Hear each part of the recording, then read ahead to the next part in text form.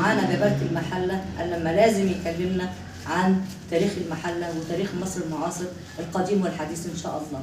طبعا بنرحب بأستاذ محمود السمري رئيس مركز الإعلام، والأستاذ أشرف الغنام المشهور بجبارة المحلة. أهلا وسهلا بكم.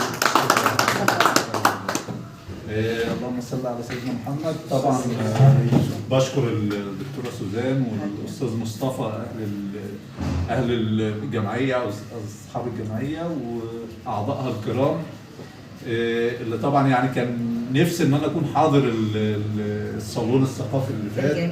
كان الاستاذ محمود المصري رئيس جمعيه حمايه المستهلك. لا، هو الاستاذ محمود المصري كان زي تكمله للامسيه، لكن الامسيه ذات نفسها كانت امسيه ثقافيه شعريه لسياده اللي هو وجيه امين من القاهره اصلا. اهلا. كان للاسف يعني انا حظي كان سيء ان انا ما حضرتش فيه. النهارده طبعا يعني سريعا علشان خاطر اليوم كان فيه فقرات كتيره. طبعا هو يوم مميز تاريخيا ارتبط في ذهننا بالشرطه، لكن الارتباط الأكبر كان بسبب ثورة 25 يناير في 2011. كان اختيار اليوم هو يوم طبعا يعني بسبب ان كان في بعض الأخطاء في التوقيت ده، ولكن اليوم نفسه انطمس بسبب ارتباطه بالثورة.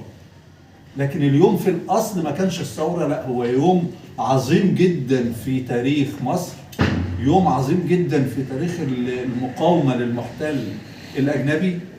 وأظن يعني كلنا طبعا بعد 25 يناير الناس خدوا بالهم إن عيد الشرطة ده كان ليه.